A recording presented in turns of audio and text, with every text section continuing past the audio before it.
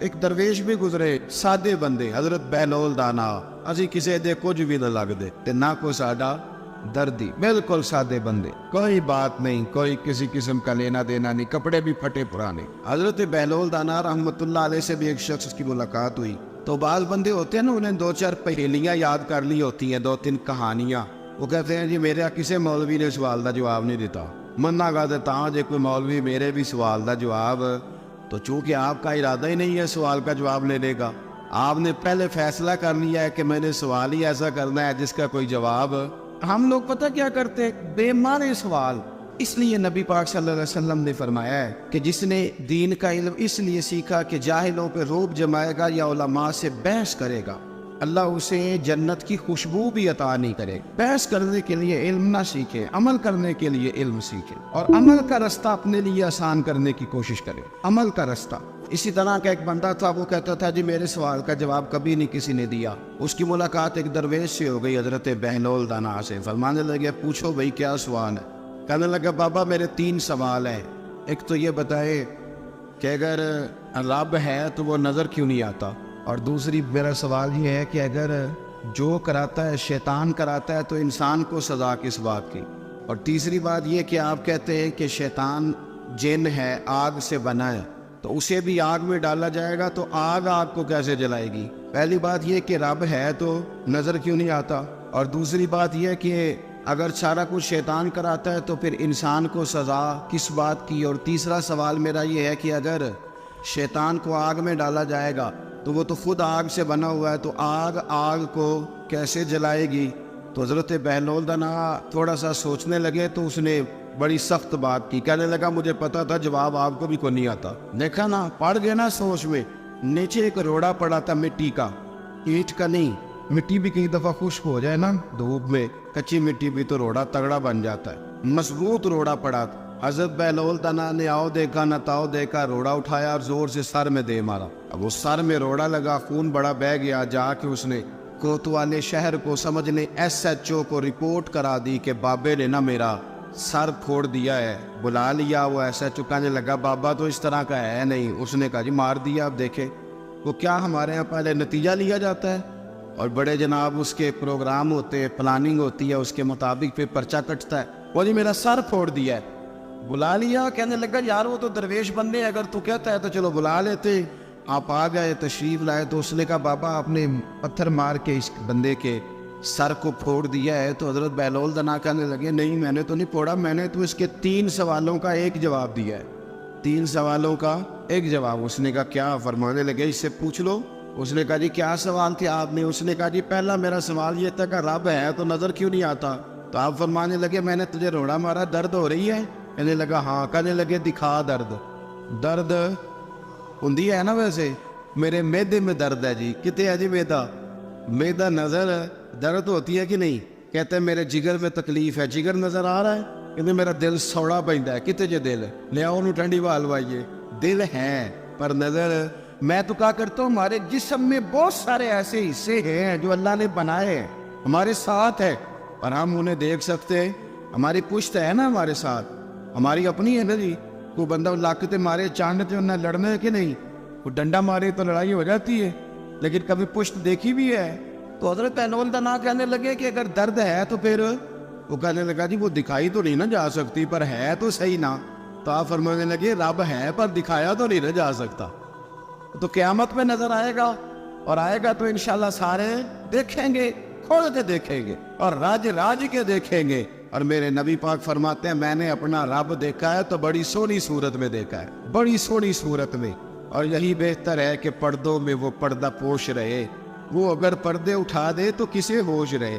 اچھا دوسری بات, حضرت بہلول دانا فرمانے لگے تیرا دوسرا سوال کیا تھا؟ کہنے لگا جی میرا دوسرا سوال یہ تھا کہ جو کراتا ہے شیطان کراتا ہے تو پھر انسان کو سزا قیامت میں کیوں ملے گی؟ تو آپ فرمانے لگے جا پھر تجھے روڑا بھی شیطان نہیں مارا, میرے اوپر پرچہ کیوں کٹا دیا؟ پکڑ جا کے اس کو. ایک دوست سوال پوچھ رہا تھا مجھ سے, کہنے لگا پیر صاحب میں نے طلاق دے دی ہے بیوی کو غصے میں. میں نے کہا طلاق ہو گئی. کہنے لگے میرا ارادہ ہی نہیں تھا, وہ تو غصہ تھا تو نکل گئی. میرا ارادہ میں کہ تو جو ایک بندہ مار چڑھے انہوں قتل ہی کر دے, تو بعد چاکھے میرا ارادہ تو تیرے اتنا کو کہن نال کر دے, میرا خیال ہے تیرے کچھ نہیں کہیں گے, تیرے تے پرچہ بھی